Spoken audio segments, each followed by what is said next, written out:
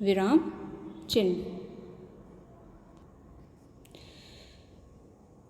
कक्षा शुरू करने से पहले मैं आप लोगों को पिछली कक्षा में जो विराम चिन्हों का अध्ययन करवाया गया था उसका मैं फिर से एक बार पुनरावृत्ति करवा दे रही हूँ। पिछली कक्षा के अंतर्गत आप लोगों ने पूर्ण विराम और अल्प विराम का अध्ययन किया था, तो आप सभी बच्चे एक बार फिर से पूर्ण विराम और अल्प विराम की पुनरावृत्ति कर लीजिए। जैसा कि आप सभी बच्चे इस पृष्ठ पर लिखा हुआ देख रहे हैं पूर्ण विराम, तो देखिए पूर्ण विराम कहाँ लगता है कि पढ़ते या लिखते समय जहाँ वाक्य समाप्त हो जाता है वहाँ पूर्ण विराम चिन्ह का प्रयोग किया जाता है। मतलब जब भी हम कोई भी वाक्य पढ़ते हैं या लिखते हैं तो जहाँ भी वाक्य समाप्त हो जाता है वहाँ पर पूर्ण विराम चिन्ह का प्रयोग किया जाता है। जैसे उदाहरण आप देख सकते हैं। पहला उदाहरण है, दिलवाड़ा में कई जैन मंदिर हैं। तो इस वाक्य के अंत में पूर्ण विराम चिन्ह का प्रयोग किया गया है। क्यों किया गया है? क्योंकि यह वाक्य समाप्त हो गया है। इसी प्रकार मनु बालक को घर ले आए, इस वाक्य के अंत में भी पूर्ण विराम चिन्ह का प्रयोग किया गया है। वह सो रहा है, इसमें भी अंत में पूर्ण विराम का प्रयोग किया गया है। दीपक आम खाता है, इस वाक्य के अंत में भी आप देख सकते हैं कि पूर्ण विराम चिन्ह का प्रयोग किया गया है। मतलब कुल मिलाकर कहने का तात्पर्य यह है कि जहाँ पर भी वाक्य समाप्त हो जाता है, पूर्ण हो जाता है, वहाँ वाक्य के अंत में पूर्ण विराम चिन्ह का प्रयोग किया जाता है। अगला आप लोगों ने अध्ययन किया था अल्प विराम का, तो अल्प विराम का आप लोग फिर से एक बार पुनरावृत्ति कर लीजिए कि अल्प विराम कहाँ लगता है।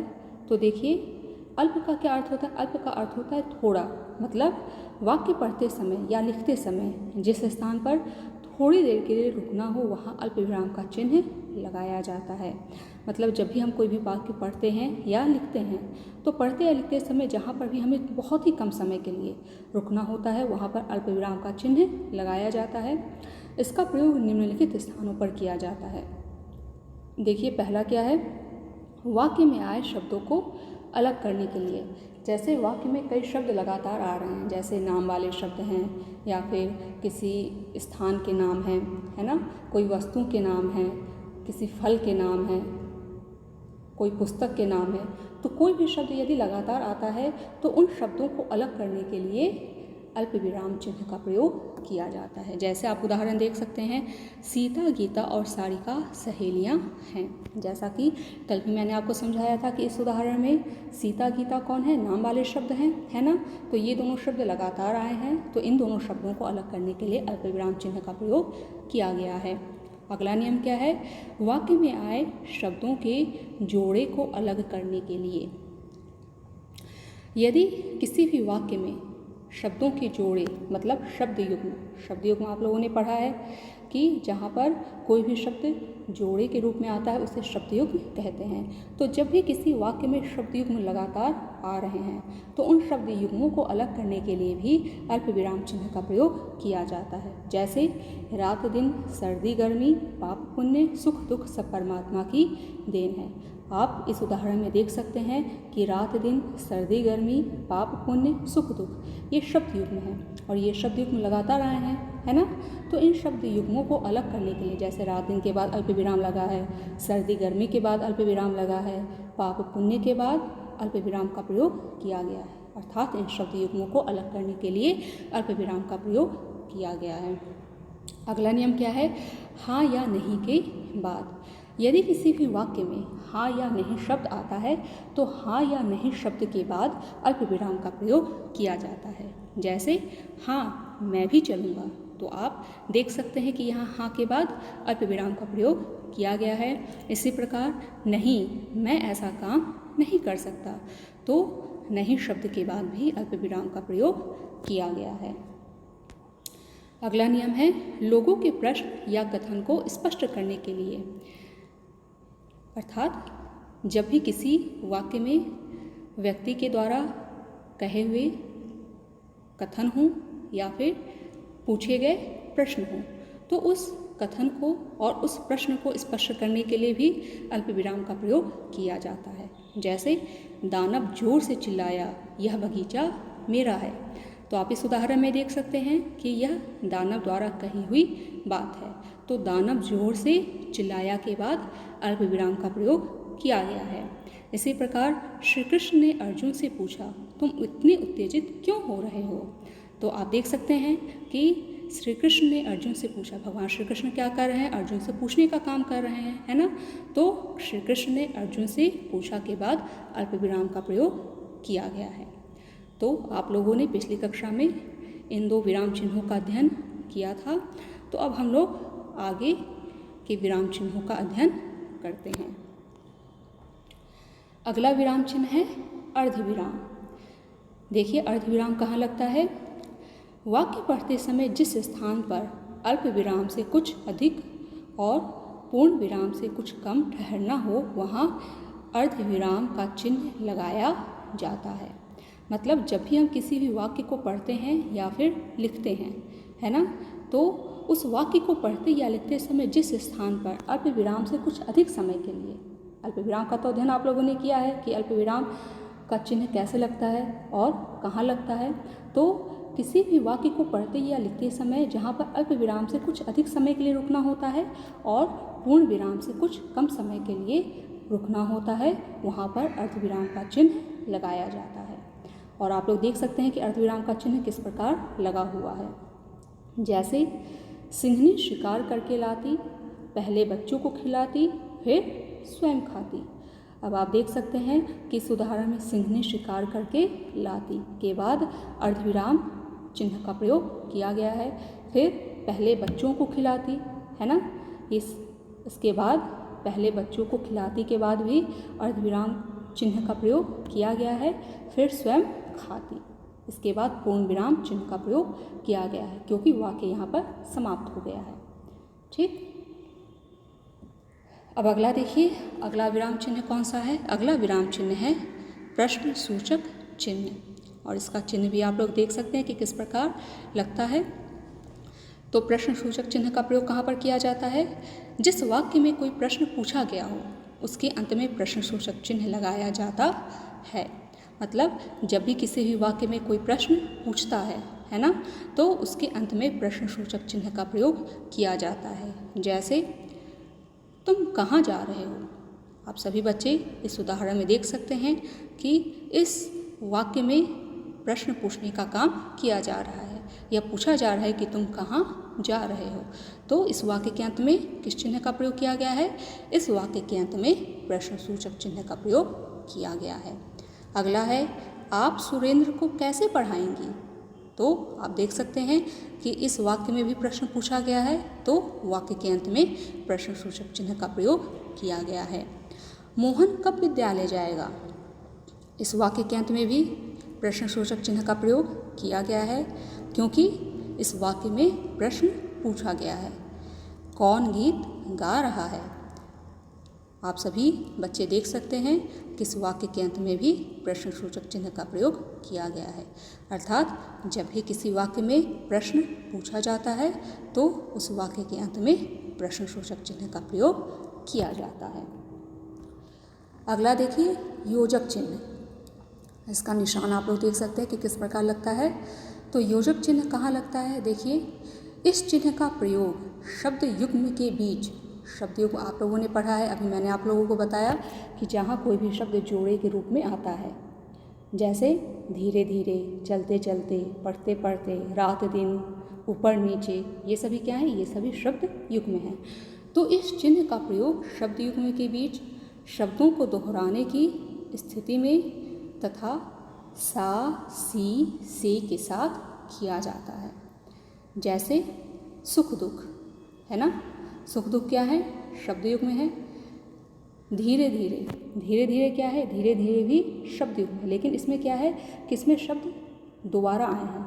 इसमें आप लोग परिभाषा में देख सकते हैं कि शब्दों को दोहराने की स्थिति में, तो शब्दों को दोहराने की स्थिति में क्या आया है? धीरे धीरे, मतलब धीरे शब्द 2 बार आया है।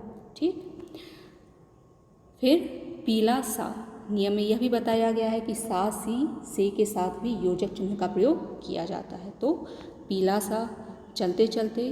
इस उदाहरण में आप देख सकते हैं कि शब्दों को दोहराया गया है। माता पिता, ये क्या है, ये शब्द युग्म है।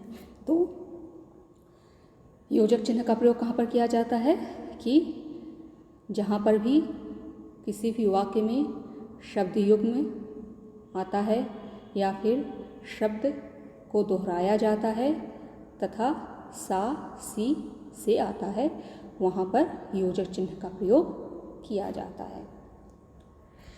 अब हम आते हैं उद्धरण चिन्ह पर। देखिए, उद्धरण चिन्ह दो प्रकार के होते हैं। पहला क्या है, पहला एकल उद्धरण चिन्ह और दूसरा प्रकार है दोहरा उद्धरण चिन्ह। तो पहले हम लोग एकल उद्धरण चिन्ह के बारे में अध्ययन करेंगे और आप सभी बच्चे देख सकते हैं कि एकल उद्धरण चिन्ह किस प्रकार लगता है। तो चलिए जानते हैं कि एकल उद्धरण चिन्ह का प्रयोग कहाँ पर किया जाता है। देखिए, यह चिन्ह विशेष अक्षर तो आप लोग जानते हैं जो वर्ण होता है, जैसे क है, ख है, च है, फ है, अ है, ये सभी क्या है, ये सभी वर्ण हैं, अक्षर हैं। तो यह चिन्ह विशेष अक्षर, शब्द, ठीक, जहाँ पे कोई विशेष शब्द आता है, विशेष नाम, स्थान, पुस्तक के नाम तथा किसी उक्ति के लिए लगाया जाता है। उक्ति मतलब किसी के द्वारा कही हुई जो बात होती है ना, या फिर जो कथन होता है, तो उसके लिए एकल उद्धरण चिन्ह का प्रयोग किया जाता है। जैसे उदाहरण देखिए, हिंदी में श्र इस प्रकार लिखा जाता है। जैसे आपको बताया गया था कि विशेष अक्षर, तो इस वाक्य में विशेष अक्षर किसको बताया गया है, श्र को बताया गया है। तो श्र के लिए एकल उद्धरण चिन्ह का प्रयोग किया गया है। अगला उदाहरण आइए, महात्मा गांधी महान नेता थे।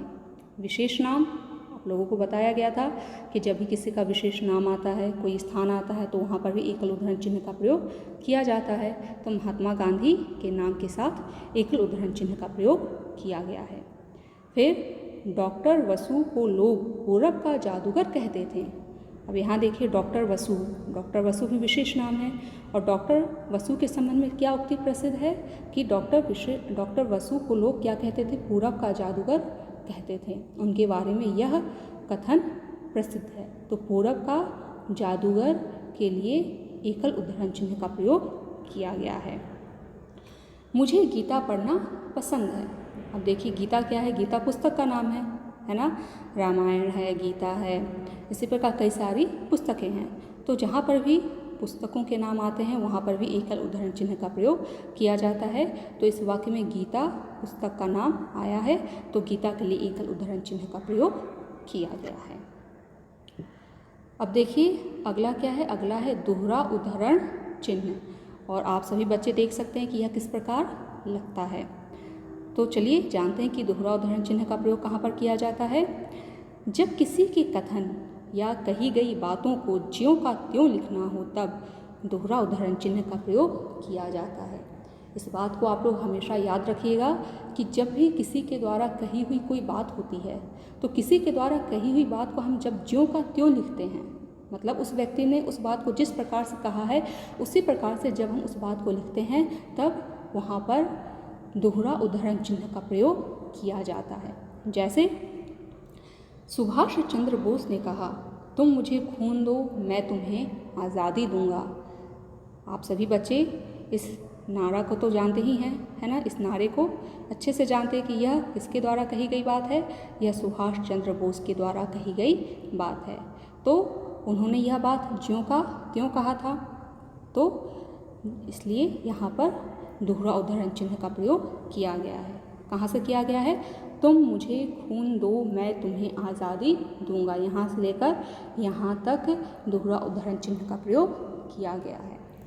फिर श्री कृष्ण ने कहा, कर्म करने में ही तुम्हारा अधिकार है। यह उक्ति किसके द्वारा कही गई है, भगवान श्री कृष्ण के द्वारा कही गई है।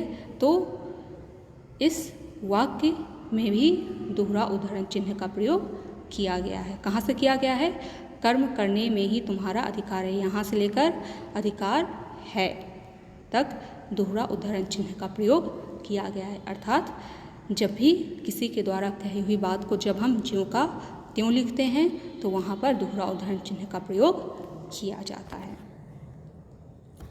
अब चलिए, अब आखिरी चिन्ह है विस्मयादिबोधक चिन्ह। आपके पाठ्यक्रम में यहीं तक विराम चिन्ह का अध्ययन करवाया जाएगा। तो अंतिम विराम चिन्ह है विस्मयादिबोधक चिन्ह। तो देखिए, विस्मयादिबोधक चिन्ह का प्रयोग कहाँ पर लगता है? बात करते करते हम कभी हर्ष, हर्ष मतलब प्रसन्नता, शोक, शोक मतलब दुख, आश्चर्य, आश्चर्य मतलब हैरानी, घृणा, घृणा मतलब किसी से एक तरह से होता है ना कि किसी से नफरत करना या फिर कोई चीज़ अगर हमें पसंद नहीं आती है ना, प्रशंसा, किसी की तारीफ करना आदि भाव प्रकट करते हैं। इन भावों को प्रकट करने के लिए विस्मयादिबोधक चिन्ह का प्रयोग किया जाता है। मतलब जब भी हम किसी भी वाक्य को, है ना, लिखते समय या फिर बोलते समय हर्ष, शोक, आश्चर्य, घृणा, प्रशंसा आदि भावों को प्रकट करते हैं तो उन भावों को प्रकट करने के लिए विस्मयादिबोधक चिन्ह का प्रयोग किया जाता है। और आप सभी बच्चे देख सकते हैं कि विस्मयादिबोधक चिन्ह किस प्रकार लगता है। तो चलिए उदाहरण देखते हैं। हाय, मैं तो कहीं का नहीं रहा, है ना, ये कौन सा भाव है? ये शोक का भाव है, दुख का भाव है। तो हाय के बाद क्या किया गया? हाय के बाद विस्मयादिबोधक चिन्ह का प्रयोग किया गया है। अगला, छी, कितनी गंदगी है ना, ये कौन सा भाव है? ये घृणा का भाव है। तो यहाँ पर क्या है? यहाँ पर छी के बाद विस्मयादिबोधक चिन्ह का प्रयोग किया गया है। हैं, 4 वर्ष की लड़की ने कार चला ली, ये कौन सा भाव है? ये आश्चर्य का भाव है। तो हैं के बाद विस्मयादिबोधक चिन्ह का प्रयोग किया गया है। इसी प्रकार वाह, क्या खीर बनी है, इसमें कौन सा भाव प्रकट किया जा रहा है? इसमें प्रशंसा, तारीफ का भाव प्रकट किया जा रहा है। तो वाह के बाद भी विस्मयादिबोधक चिन्ह का प्रयोग किया गया है। तो बच्चों, आप लोगों के पाठ्यक्रम में यहीं तक विराम चिन्हों का अध्ययन करना है और मुझे पूरी उम्मीद है कि आप सभी बच्चों को जहाँ तक विराम चिन्हों के बारे में बताया गया है वहाँ तक आप लोगों को अच्छे से समझ में आ गया होगा। इन विराम चिन्हों को पढ़ने के बाद, सुनने के बाद आप सभी बच्चे इन विराम चिन्हों का पुनः अध्ययन करेंगे, क्योंकि आप सभी बच्चे जितना अध्ययन करेंगे उतना ही आप लोगों के लिए फ़ायदा होगा, उतना ही जो नियम है वो आप लोगों के दिमाग में अच्छे से स्पष्ट होगा। तो आप सभी बच्चे, ये नहीं कि जो भी वीडियो आप लोगों को भेजा जाता है तो वो वीडियो देखने के बाद आप लोग उसे डिलीट कर देंगे। उन सभी वीडियो को आप लोग रखे रहिएगा। कभी भी अगर आप लोगों को टाइम मिलता है तो आप लोग समय निकाल कर कोई भी वीडियो, किसी भी सब्जेक्ट का, मैं ये नहीं कह रही हूँ कि केवल हिंदी का ही आप लोग वीडियो रखिए, सारे सब्जेक्ट का वीडियो रखिए, है ना। जो आप लोगों को लगता है कि ये टॉपिक मुझे समझ में नहीं आता या फिर इस टॉपिक को मुझे बार बार समझने की आवश्यकता है, तो आप लोग उस वीडियो को खोलकर देख सकते हैं। क्योंकि कहते हैं ना कि किसी भी चीज़ का अगर हम अभ्यास करते हैं तो क्या होता है, उस चीज़ का अगर हम अभ्यास करते हैं तो वह चीज़ हमें और ज़्यादा अच्छे से स्पष्ट हो जाती है। तो आप सभी बच्चे इस वीडियो को देखने के बाद इसको फिर से देखिएगा, बार बार देखिएगा। तो बार बार देखेंगे तो अवश्य आप लोगों को अच्छे से समझ में आएगा। जिन बच्चों को अच्छे से समझ में नहीं आता है, और अगर आप लोगों को इसमें जो मैंने बताया है वो अगर समझ में नहीं आ रहा है तो आप लोग मुझे पूछ सकते हैं, मैं अवश्य आप लोगों को बताऊंगी।